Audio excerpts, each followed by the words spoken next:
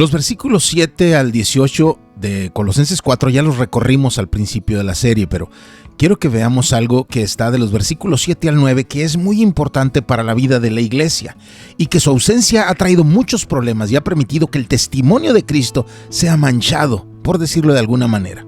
Digámoslo así, la necesaria rendición de cuentas de los que están al frente. No es una expresión exacta, porque habrá quien lo traduzca como desconfiar. No se trata de eso. Hay gente que busca pretextos en los demás para justificar su propia conducta, que vive señalando a otros para que nadie voltee a ver lo suyo.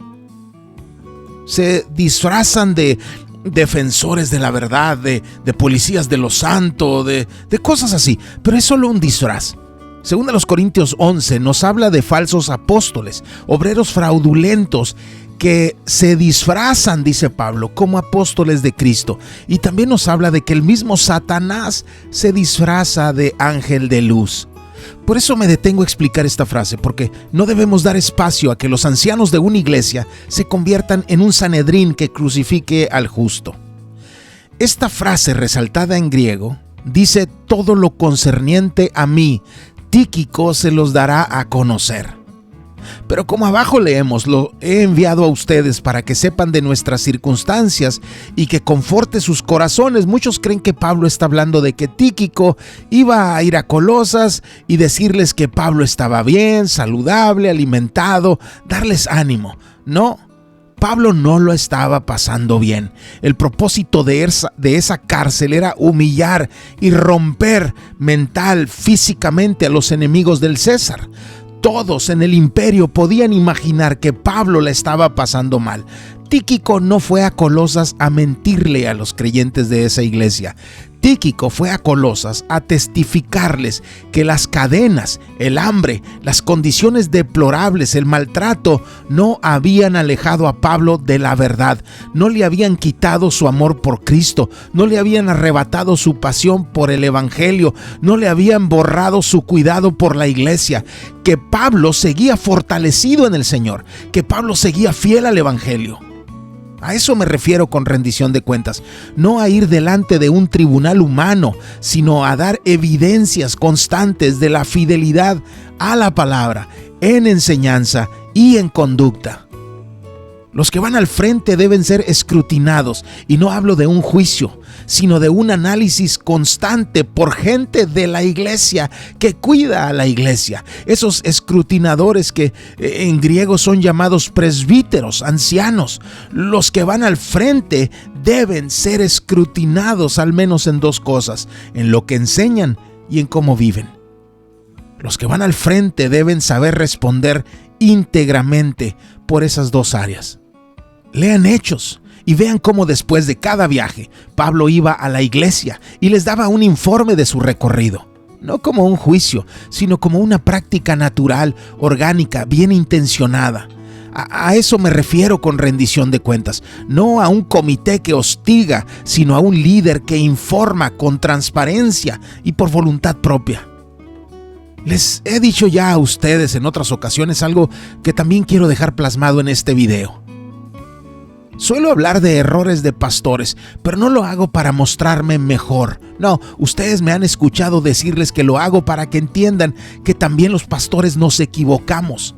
Quizás no estén esas palabras mías en ningún otro video, pero sí les he hablado de torpezas, de errores, de equivocaciones míos. Porque somos humanos y cometemos errores, y a pesar de nuestro amor por Cristo, no perdemos este aspecto tan humano de nosotros, que somos barro. Y la iglesia debe saber lidiar con eso. No con una actitud legalista y farisea, sino amorosa y buscando el bien del rebaño. Pero lo que enseñamos y cómo vivimos los que vamos al frente es de cuidar. Pero no es un llamado a que esculquen todo en la vida de los que van al frente, porque no es un llamado a perseguir, sino a cuidarnos mutuamente, en amor y en la verdad. Y con cuidado seleccione las palabras "van al frente", porque aquellos a quienes Dios nos puso a servir, no vamos arriba, vamos al frente. Somos los primeros en el deber de conocer las Escrituras. Somos los primeros en entregar el mensaje bíblico. Somos los primeros en cumplir lo que enseñamos. Somos los primeros en vivir en lo que la palabra dice. Somos los primeros. Eso significa van al frente. Así que Pablo no solo envía a Tíquico. Con Tíquico va también Onésimo. Y si lees, verás que a ambos Pablo los describe como fieles. El término en griego es confiables, creíbles. La gente que ha sido enviada a informar a los de Colosas acerca de Pablo es gente de buena reputación, de testimonio confiable. Tíquico era compañero de Pablo, de su grupo de amigos. Onésimo era de Colosas, de la iglesia. Pablo dice, es uno de ustedes. ¿Por qué enviar a dos? Porque la Biblia dice que no admitas acusación contra los que van al frente a menos de que haya 2 o 3 testigos. Y Pablo manda a 2 porque si él estaba mal, ellos que eran personas creíbles, honestas, fieles, podrían atestiguar en su contra. Así se cuida la iglesia. No se esconde la verdad, se expone. Pablo escribió, ellos les informarán acerca de todo lo que aquí pasa. Eso es importante, ¿eh? Y hay que tenerlo siempre en la mente, en el corazón. Y después de eso vienen los versículos 10 al 14, donde los que están con Pablo mandan saludos a la gente en Colosas. Y el versículo 15, que ya no ocupo en pantalla, envían también un saludo a los de la Odisea y a Ninfas y a la congregación en su casa. Y el versículo 16 les habla de intercambiar cartas con la Odisea. Todo esto ya lo comentamos al principio de la serie. Y en la última sección de la carta vemos algo que Pablo escribió de puño y letra. Solía usar un escritor, un secretario, probablemente por sus problemas en los ojos, pero en 2 ocasiones al menos pidió la pluma para escribir, aunque sea unas letras en persona, y esto es lo que puso en esta carta de Colosenses. Yo, Pablo, escribo este saludo con mi propia mano. Acuérdense de mis cadenas. La gracia sea con ustedes. Pablo quiere que leas la carta, que entendamos la carta, entendiendo el contexto desde donde se escribe. Por eso primero, antes de leer Colosenses, les hablé de la geografía y de la prisión y de la política, y les mencionaba los desafíos que la iglesia de Colosas enfrentaba. La carta quiere animar a los creyentes que, en medio del hostigamiento de falsos maestros y de la popularidad de enseñanzas erróneas y lejanas a la palabra, ellos supieran que las condiciones en las que estamos no determinan lo que somos, que así todo alrededor sea oscuro, la luz de Cristo sigue brillando en nosotros. Acuérdense de mis cadenas. No es una pose teatral, dramática, de alguien que quiere jugar el papel de víctima, de alguien que nos quiere decir cuánto sufre. Es el recuerdo de que ni los peores sufrimientos pueden contra los que están en Cristo. Y así termina Colosenses. Pero antes de todo lo que acabo de mencionar, hay otros versículos inmediatamente anteriores a estos que son los que quiero poner como cierre de la epístola. Las últimas indicaciones de Pablo antes de los saludos y la despedida. Son los versículos 2 al 6 del último capítulo de la carta. El cierre propio del contenido filosófico de ella. Una carta que gira principalmente en cuidar lo que sucede al interior de la iglesia, lo que creemos, cómo interactuamos, cómo nos entendemos, cómo vivimos como creyentes. Pero luego encontramos 2 llamados a algo hacia afuera de la iglesia. El primero es a una vida de oración y el segundo a un comportamiento sabio para con los de afuera. Ser de la iglesia no es solo la reunión o las charlas que tenemos unos con otros o con otros creyentes. Ser de la iglesia es recordar que nuestra vida depende de Dios, que se alimenta de Él, que se determina por Él, que se fortalece en Él, y por eso debemos perseverar en la oración. Pero también debemos recordar que el testimonio que damos a los de afuera es importante, porque no nos representamos a nosotros mismos. Hace unos días se vivieron momentos de discusiones apasionadas al interior del Senado de la República en México, porque el presidente del Senado expresó su opinión acerca de lo que se vive en Estados Unidos con las políticas del presidente Trump. El senador mexicano hizo pública su opinión, pero aunque es su opinión, olvidó que no solo se representa, que es el presidente del Senado de la República, y sus palabras desataron tensión entre ambos gobiernos y la propia presidente de México tuvo que llamar a la tranquilidad. Y es que aunque por supuesto que el senador tiene todo el derecho a indignarse o a expresarse según sea su opinión, debe recordar que su investidura le exige cuidar mejor lo que expresa porque no se representa solo a sí mismo. Y por supuesto los demás partidos se lanzaron contra él pidiendo su renuncia, pero eso es política y que quien la disfrute la atienda. Pero en la iglesia estamos llamados a cuidar el testimonio. Por eso usé esto como ilustración. No nos representamos a nosotros mismos. Tenemos derecho a enojarnos, a indignarnos, pero debemos cuidar nuestra respuesta, nuestra reacción, porque no nos representamos solo a nosotros. Así que Pablo cierra diciéndonos: no dejen de orar y pórtense sabiamente con los de afuera. Dos cosas muy importantes para nuestra vida en Cristo. Pero veamos primero la oración, porque aquí encontramos ciertos elementos que si los incorporamos a nuestra vida de oración, ella será mejor. ¿Quieres fortalecer tu oración? Ahí te va. Lo primero que nos dice sobre la oración es que perseveremos en ella. Que te entregues a ella con fuerza, con determinación, como alguien se lanza a la guerra. Eso es lo que se entiende en el término griego. El ir adelante como soldado, decidido, agresivo, determinado, que no se rinde, que no saca excusas, que no tiene pretextos, que tiene una tarea y la cumple. Y la tarea es orar. El término griego no tiene tanto que ver con el tiempo que duramos, sino con la actitud hacia nuestra vida de oración.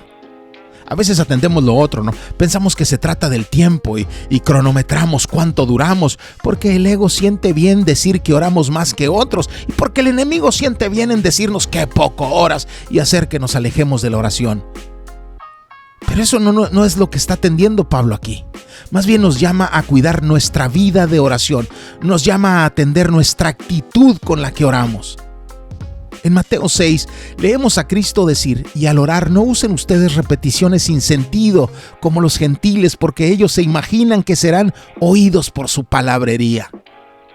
Las repeticiones sin sentido no son orar, pero nosotros creyendo que lo estábamos haciendo bien, quitamos las repeticiones como que de eso habla el versículo.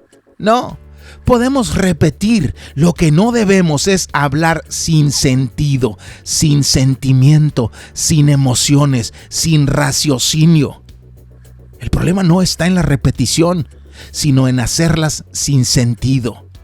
El problema está en hacer oraciones que son mera palabrería, puro bla, bla, bla, sin nada más. Por eso Pablo le dijo a Timoteo: evita las palabrerías vacías, y se lo dijo en las 2 cartas con las que le escribió.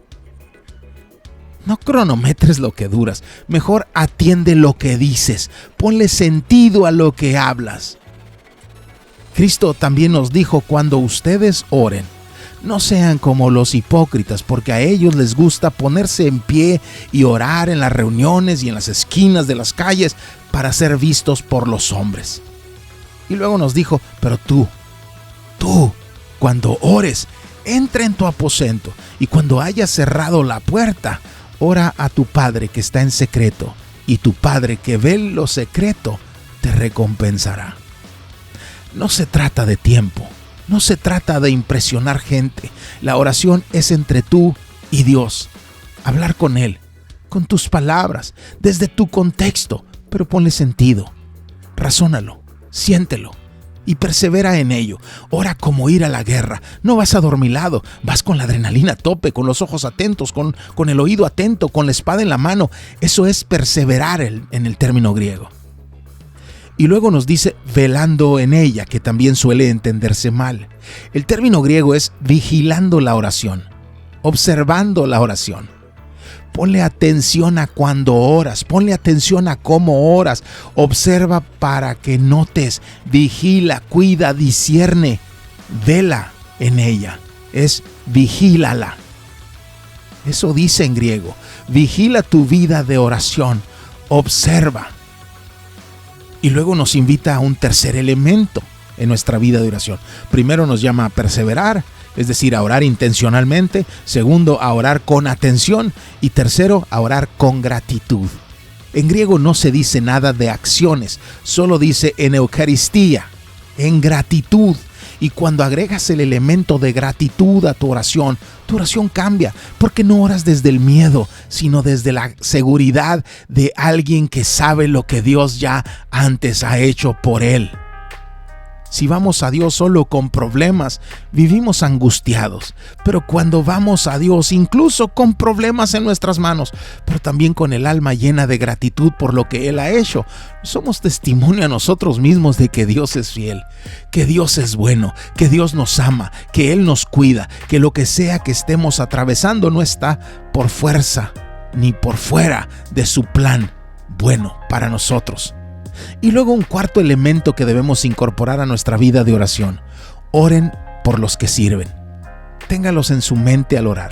No se trata de oraciones largas, pero una mención de ellos, de nosotros, de los misioneros, de los que predican, de los que enseñan, de los que dirigen es importante. Ya les he dicho muchas veces que conozco decenas de pastores que viven en tristeza, sintiéndose que no son amados, que no son valorados. Se sienten vacíos, drenados emocionalmente, drenados mentalmente, anímicamente. Oremos por los que sirven, que su ánimo no decaiga, que sus fuerzas no se acaben, que su amor no se consuma, que su sabiduría se multiplique, que sus necesidades se suplan, que su salud se mantenga. Pero no solo oremos por ellos como individuos, como personas, como gente que apreciamos, oremos también por ellos como instrumentos de Cristo, que es otro elemento más a nuestra vida de oración. Oren para que Dios nos abra una puerta para el estudio, que también eso va implícito en el término griego, que se abran oportunidades para estudiar y para enseñar y hablar de Cristo, porque para eso Dios nos puso donde nos puso. Y por último, dice Pablo, oren para que yo pueda ser claro cuando enseño, que pueda iluminar a otros, dice en griego. Vean cómo nuestra vida de oración no solo gira en torno a nosotros, como la solemos hacer. Mis hijos, mi trabajo, mis cosas, mi gente, mis problemas. También debemos encauzarla a las cosas de Cristo, a la vida de la iglesia. Esos elementos incorporados a nuestra oración hacen de ella una oración más saludable, más robusta, de alguien que ha madurado en Cristo, que ha crecido en el Señor. Ya no es el niño pidiendo dulces, es el maduro pidiendo lo que conviene, lo que necesita. Y luego también nos habla de cuidar cómo andamos. Anden sabiamente para con los de afuera. Lo que no se lee en español es una alusión de Pablo a la escuela de Aristóteles, uno de los más grandes filósofos de la historia y por supuesto muy reconocido entre los contemporáneos de la carta. La escuela de Aristóteles se conocía y se conoce hasta hoy como la escuela peripatética. El término es griego, significa caminar alrededor. Era la forma en que Aristóteles enseñaba, caminando con sus discípulos, entre sus discípulos. No era una figura especial que se sentaba frente a ellos y hablaba desde el silencio. No, caminaba con ellos y les escuchaba y les respondía y les enseñaba. Esa era la escuela de Aristóteles. Aristóteles, a diferencia de otros grandes filósofos, no enseñaba desde el silencio de una clase, sino desde la conversación cotidiana y cercana. Mi filósofo favorito. Pero en español no se entiende lo que sí se lee en griego. En griego no dice andando o caminando sabiamente. En griego dice en sabiduría peripatete, hacia los de afuera. Es decir, en sabiduría camina alrededor con los de afuera, pero es una alusión a la escuela de Aristóteles, no a su filosofía, sino a su estilo de enseñanza, informal, cercano, abierto y caminando juntos. No es un llamado a proclamar desde un púlpito las verdades de Cristo nada más, sino también a caminar con la gente, entre ellos, escuchando, respondiendo, enseñando con sabiduría. Eso es lo que significa lo que está subrayado. No es solo un cuida tu comportamiento delante de ellos, es también un camina entre ellos, pero con sabiduría. Y enséñales, y escúchales, y respóndeles. Y cuando lees aprovechando bien el tiempo, ¿sabes lo que dice realmente? En griego es así. Ton es un artículo, kairon es una alusión al tiempo, y la tercera palabra es lo que se traduce aquí como aprovechar. ¿Pero sabes qué dice? Está formada por dos términos. El primero implica movimiento, ir de aquí hacia allá. Es la raíz de exégesis, de extraer el contenido bíblico, movimiento, sacar lo que está dentro, de adentro hacia afuera. Es mover de donde estamos hacia afuera. El segundo es ir al mercado. Agora era el mercado del pueblo, a donde vas a comprar. Por eso habla de redimir, que significa comprar. Pero luego nosotros lo espiritualizamos porque muchos creen que la vida cristiana solamente debe estar llena de cosas elevadas y de misticismo y de términos religiosos. No, la vida cristiana se vive en las actividades cotidianas. Eso es lo que significa esto. Estamos llamados a caminar con la gente a nuestro alrededor, escuchándoles, respondiéndoles, enseñándoles, incluso en lo cotidiano, en lo trivial, en lo básico, pero con sabiduría. Y no solo en las actividades cotidianas como ir al mercado, también en las conversaciones cotidianas. Pablo nos dice que su conversación sea siempre con gracia, sazonada como con sal. Ponle sazón a lo que hablas. Sé sabio, aprovecha las pláticas para que te escuchen, para que te busquen, para que te quieran preguntar. Me fascina esto.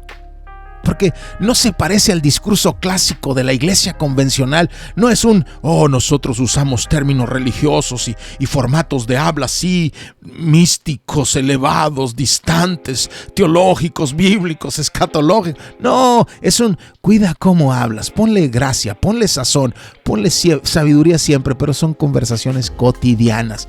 Camina entre ellos, sé sabio cómo vives, sé sabio en lo que haces, sé sabio en lo que proyectas, sé sabio en cómo hablas. Pero hay algo también importante que debes entender.